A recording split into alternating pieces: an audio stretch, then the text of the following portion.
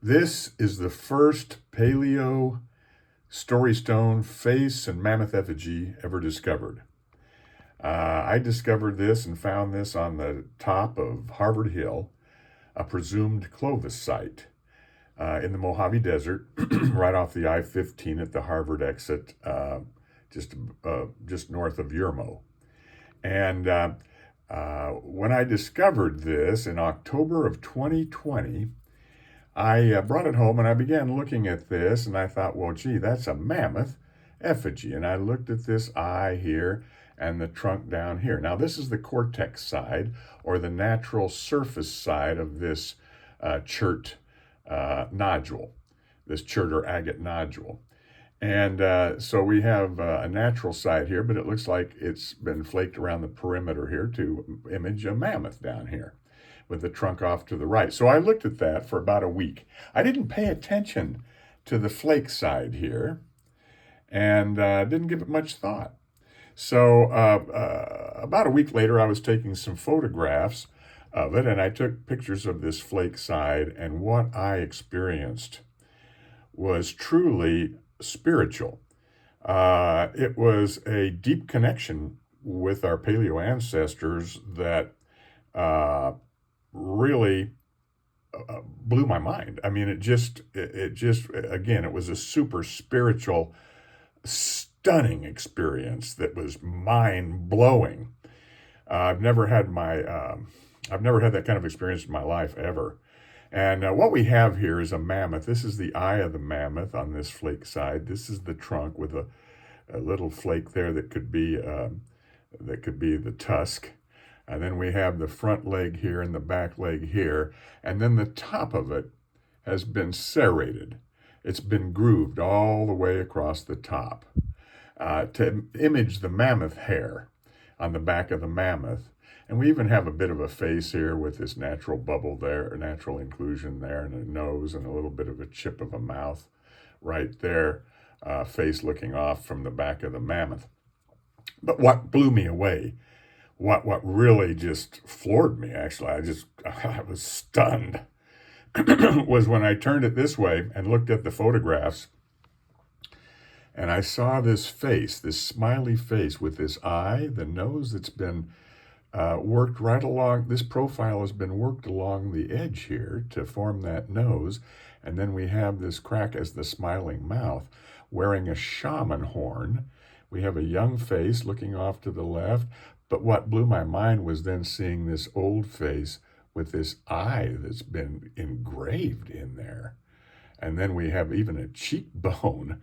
We even have a cheekbone there, a cheek and a nose and a mouth with a pipe coming out of his mouth, or some kind of gourd. We've got the old face, the eye, the cheekbone, the nose, the mouth, beautifully, beautifully engraved right there down below the young face. So we have the old face below the young face. Unbelievable. That totally blew my mind. It was like the past was looking at me, saying, Richard, keep going here. Keep going. Find more of these. See what you can find here. And it did. It drew me into it. I sent a picture of this to Dr. Michael Gramley, and he wrote back and said, Richard, do not drop and break this piece, because if you do, the paleo spirits will get you. You wrap this in velvet, put it in a box, and take care of it. And my God, look at that face. Those faces are unreal. Unreal, the carving of those faces. And Dr. Michael Gramley has just published his new guide to Paleolithic artifacts of the Americas. This is a super comprehensive guide to Paleolithic artifact types. The drawings, the illustrations are outstanding. And the text that goes along with it is outstanding as well. You'll find my first Venus figurine ever discovered in the Americas. Paleolithic flaked female Venus figurine is described and pictured in this book. And I'm happy to say that Dr. Gramley included my Story Stone discovery as an official Paleolithic artifact type. This term was coined by Richard Dempsey on the basis of his discoveries in the Mojave Desert. I don't know eastern Mojave. It's in the southern Mojave Desert. And story stones are made by flaking and engraving. And I'm glad he put on their engraving. All story stones, not most, all display proboscideans, mammoths, or mastodons in connection with human faces. One young human face, one old human face, one young mammoth, and one old mammoth. And they are found in North America. They are found in South America.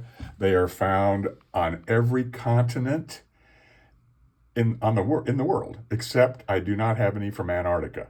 I have them from South America, Africa, Asia, Europe. I have them from Australia. I have them from North America, South America. I have them from every continent except Antarctica. And we've gone from here, folks. We've gone from the very first one to we've gone to here. And this is a Clovis biface that was found and dug up on Lady Nellie Thompson's property up at Mount Shasta in the late 60s. It's a Clovis biface effigy made out of volcanic glass. And the bubble in there is the eye, the nose, and the mouth. And the hair has been etched. I also discovered this etching on flake stone. The other side is heavily etched for the hair. Heavily grooved. You can see that grooving is very, very sophisticated. We didn't know our Paleo Indians were quite that sophisticated until my discovery here. These are made to stand up like that. Most of them are. And they made them out of rose quartz like that from Madagascar. That's a beautiful mammoth effigy facing right. Here's the eye flaked out, the nose, the trunk, and the hair tuft above the head. And here's another beautiful mammoth with its trunk here and its eye here, and it's all been flaked out in beautiful rose quartz crystal. They etched rose quartz, they etched citrine crystal, they etched agate, petrified wood, obsidian, lots of stuff. And we've gone a long way from this to this. Paleo Story Stone, the first one ever discovered in October of 2020 on the top of Harvard Hill, a presumed Clovis site, Mojave Desert, California.